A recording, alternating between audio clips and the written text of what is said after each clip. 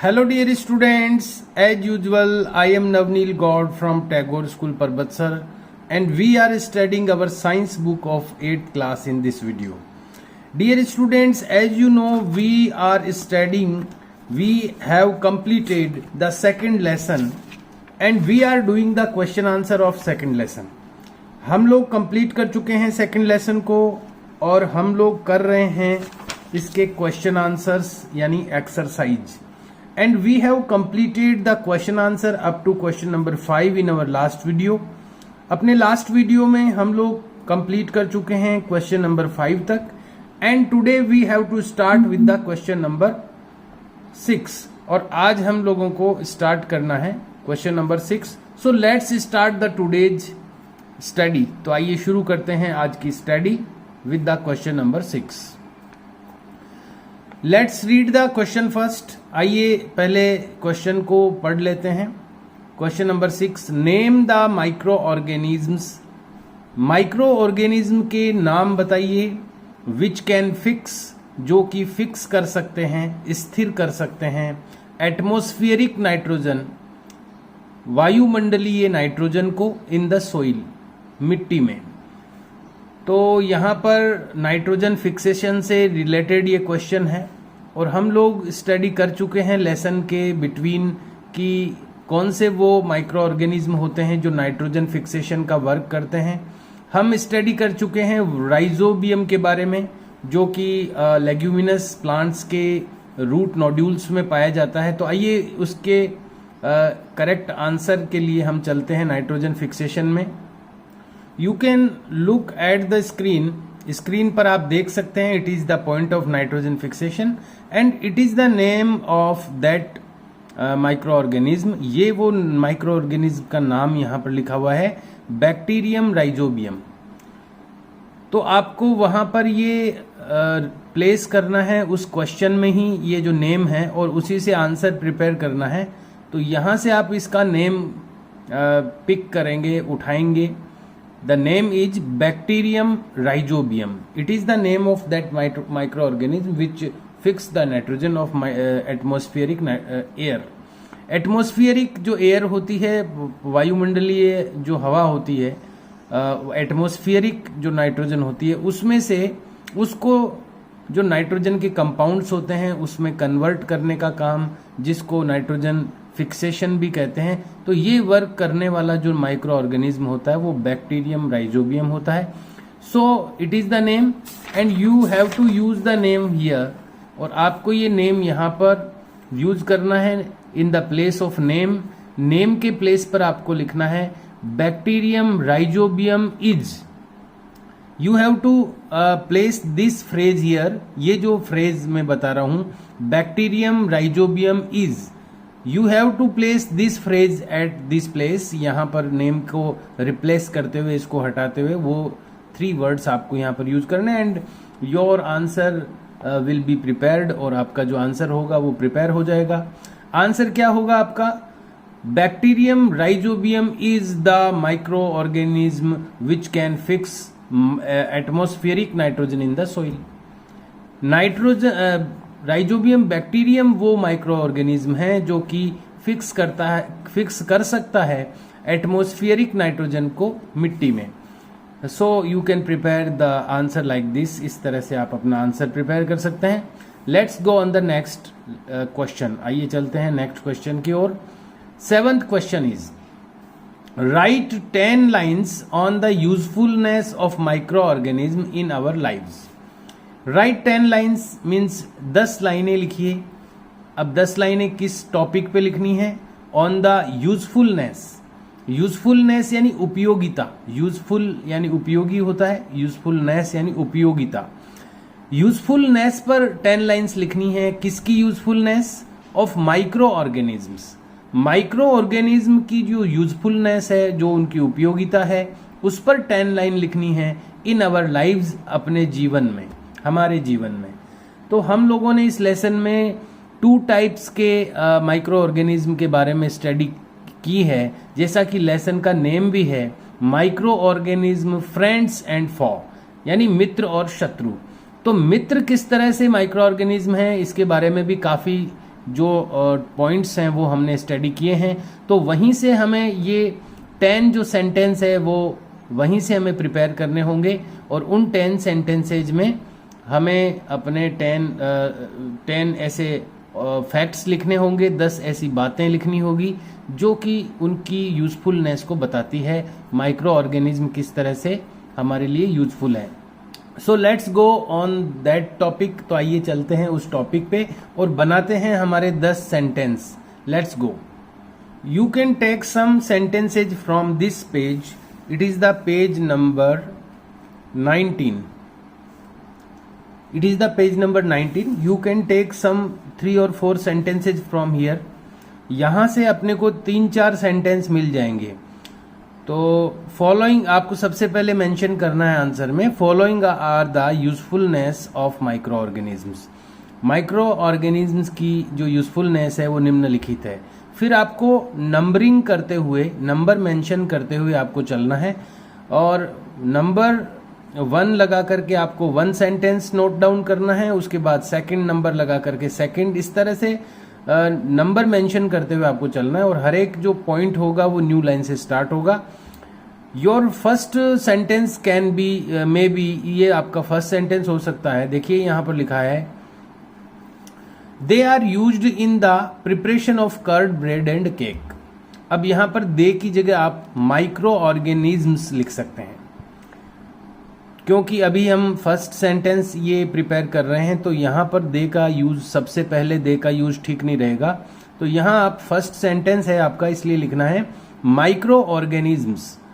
बाकी जो सेंटेंस का पार्ट है वो आप यूज कर सकते हैं। तो आपका आंसर का जो फर्स्ट पॉइंट बन जाएगा, micro organisms are used in the preparation of curd, bread and cake.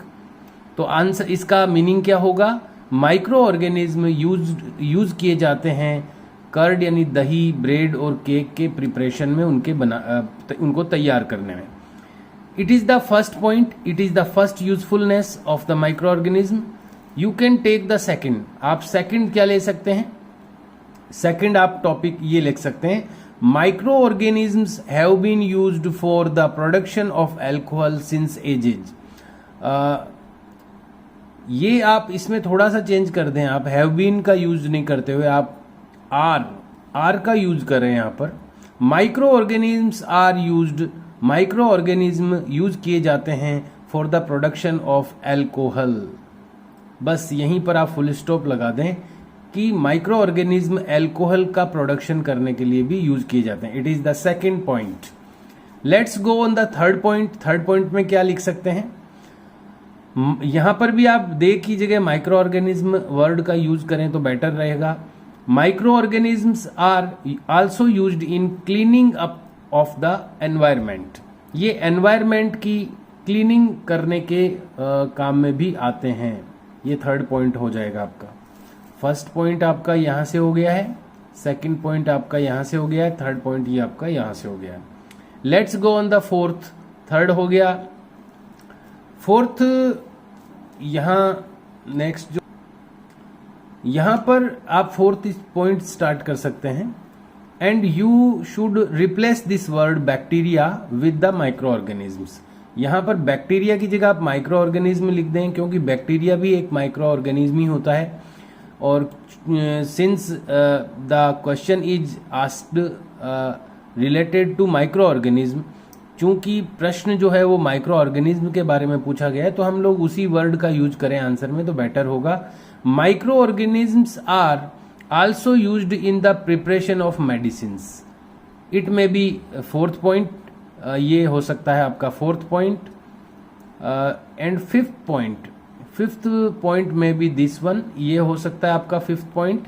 In agriculture कृषि में they are used in use to increase soil fertility.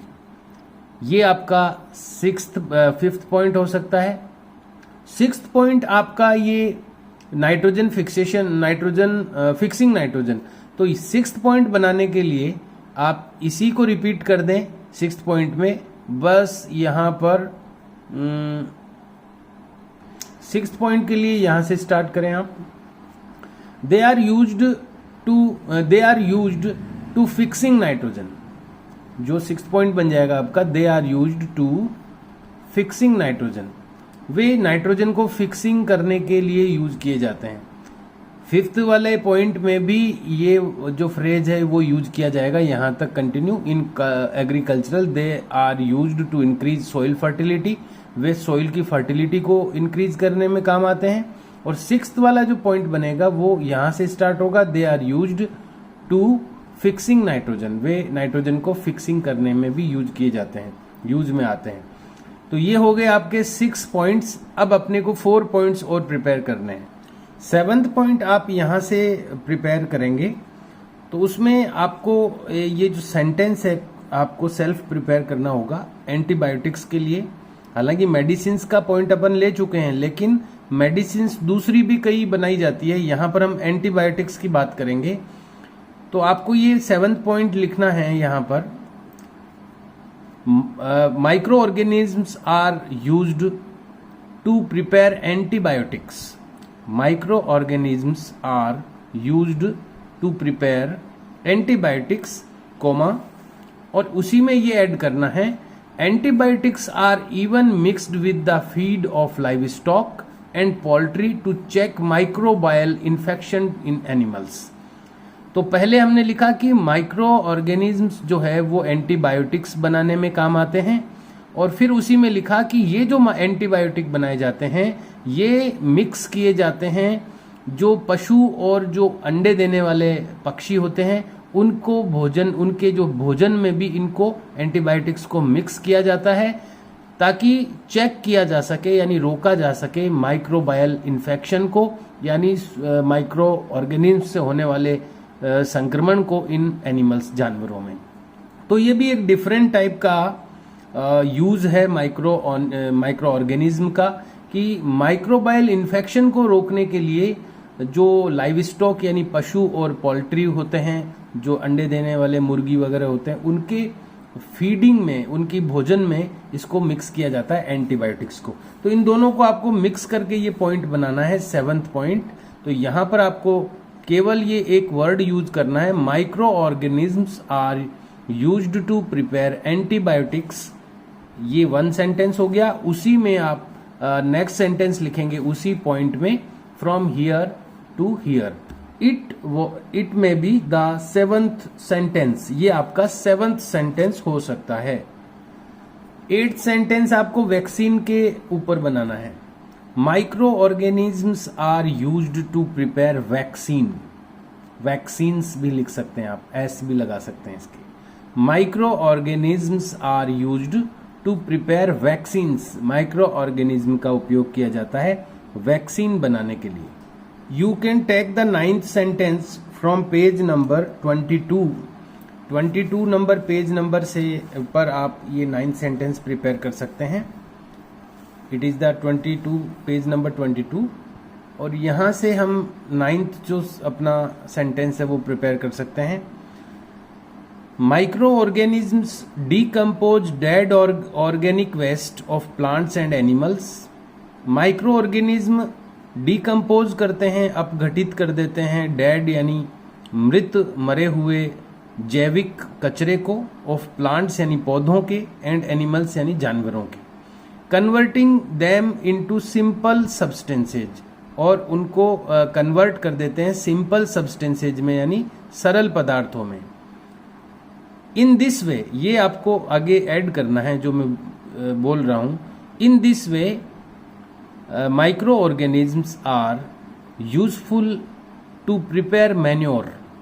In this way, इस तरह से micro organisms are useful to prepare, इस तरह से micro organisms useful होते हैं, उपयोगी होते हैं, टू प्रिपेयर यानी तैयार करने के लिए, मैन्योर MANURE, मैन्योर यानी खाद, इस तरह से वो खाद तैयार करने के लिए उपयोगी होते हैं। ये आपको एक जो पार्ट ऑफ द सेंटेंस है वो ऐड करना है, और यहाँ से आपको स्टार्ट करते हुए सब्सटेंसेज के बाद में जो ऐड करना है वो आपको मैंने बता ही दिया है। तो इस तरह से आपका 9th पॉइंट प्रिपेयर हो जाएगा।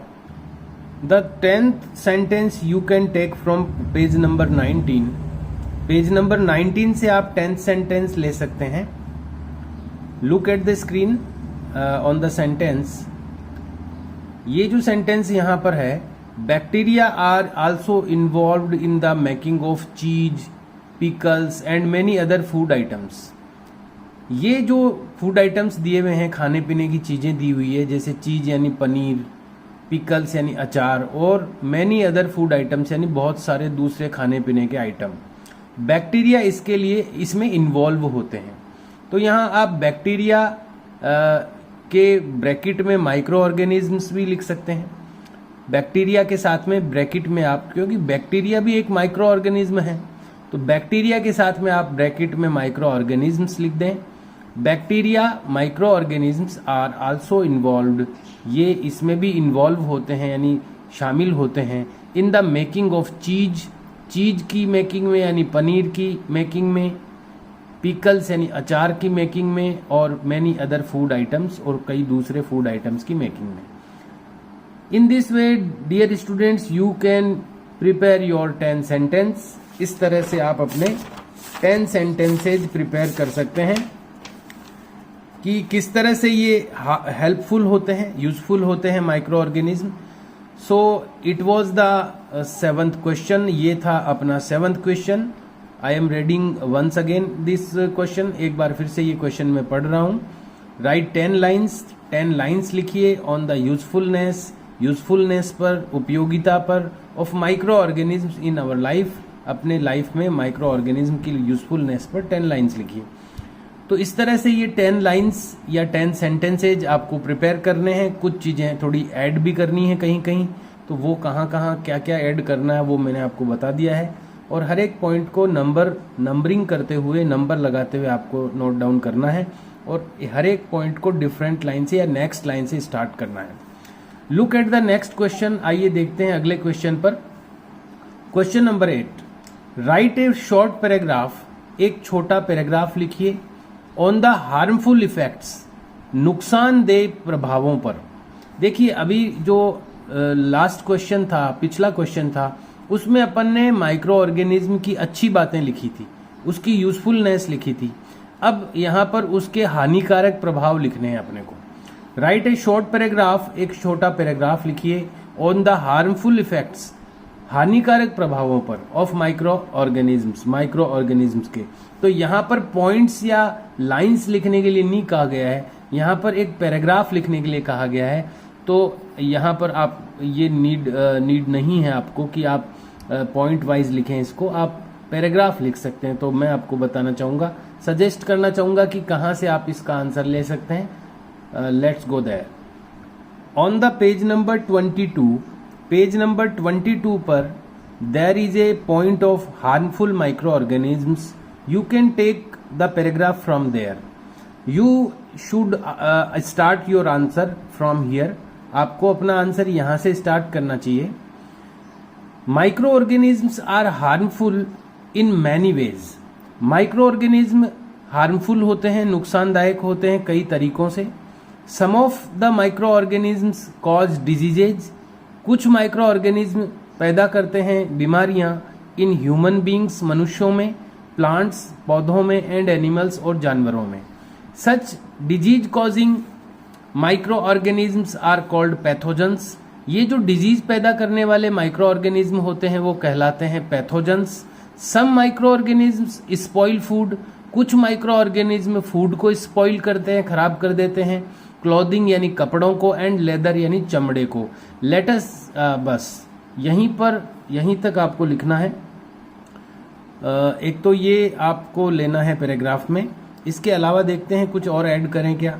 I think it is sufficient. मुझे लगता है ये सफिशियंट है, पर्याप्त है, क्योंकि आगे जो डिटेल स्टडी दी हुई है बस इन्हीं चीज़ों की सबकी डिटेल से स्टडी दी हुई है।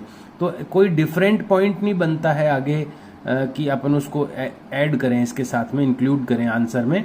तो यहाँ तक अगर आप लिखेंगे, वैसे भी शॉर्ट पैराग्राफ के लिए बताया गया है, तो it is a short paragraph and you can take this one.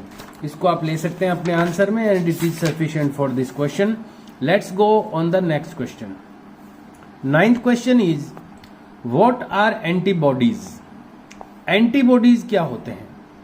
There are 2 सब क्वेश्चंस इन दिस क्वेश्चन। यहाँ पर 2 क्वेश्चन पूछे गए हैं इसी क्वेश्चन में। तो फर्स्ट सब क्वेश्चन है वो है व्हाट आर एंटीबॉडीज। एंटीबॉडीज क्या होते हैं? तो पहले तो हमें एंटीबॉडीज की डेफिनेशन लिखनी होगी।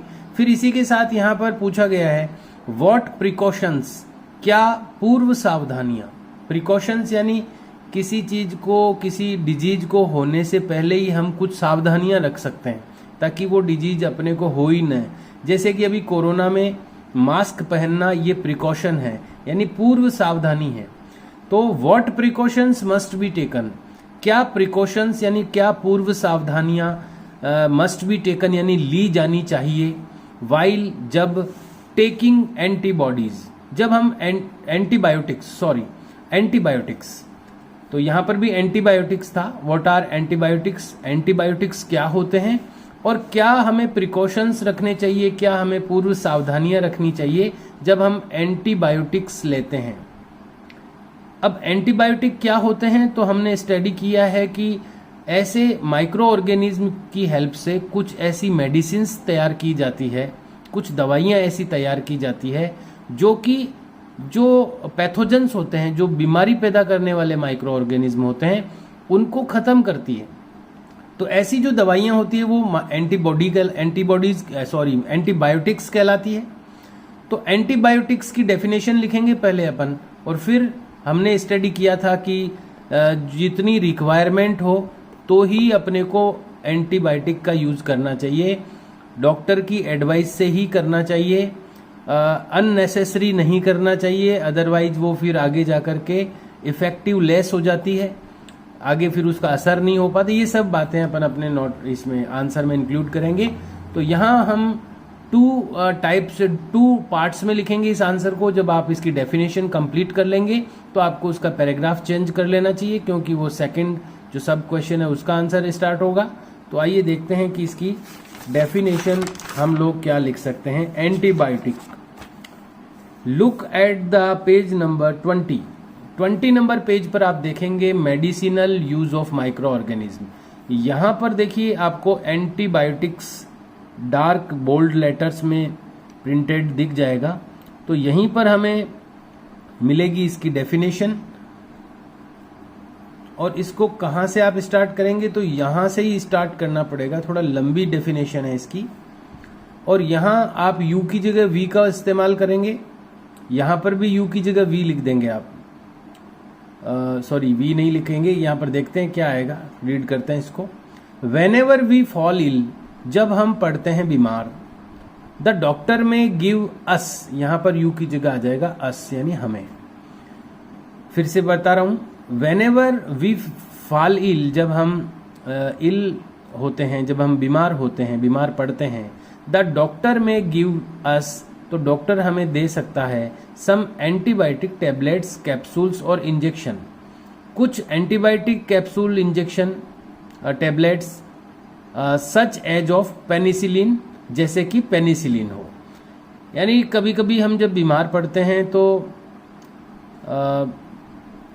डॉक्टर हमें कुछ एंटीबायोटिक के इंजेक्शन, कैप्सूल या टेबलेट देता है, जैसे कि पेनिसिलिन। पेनिसिलिन एक एंटीबायोटिक का नाम है, ऐसे और भी एंटीबायोटिक होते हैं, पर पेनिसिलिन की तरह ही कुछ और एंटीबायोटिक या पेनिसिलिन भी, उसका इंजेक्शन भी लग सकता है, कैप्सूल भी आ सकता है, टेबलेट भी आ सकती है। The source of these medicine is micro organisms.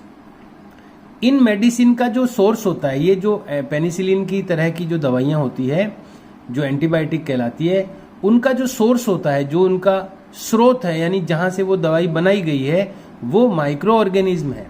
Micro organism से ये एंटीबायोटिक दवाइयां बनाई गई है। The source of these medicine, in medicine का जो सोर्स है, इज माइक्रो ऑर्गेनिज्म्स, वो माइक्रो ऑर्गेनिज्म है।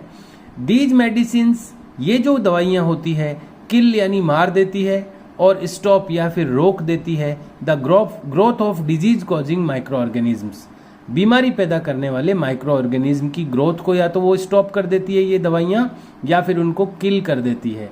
Such medicine are called antibiotics, ये मेडिसिन कहलाती है एंटीबायोटिक।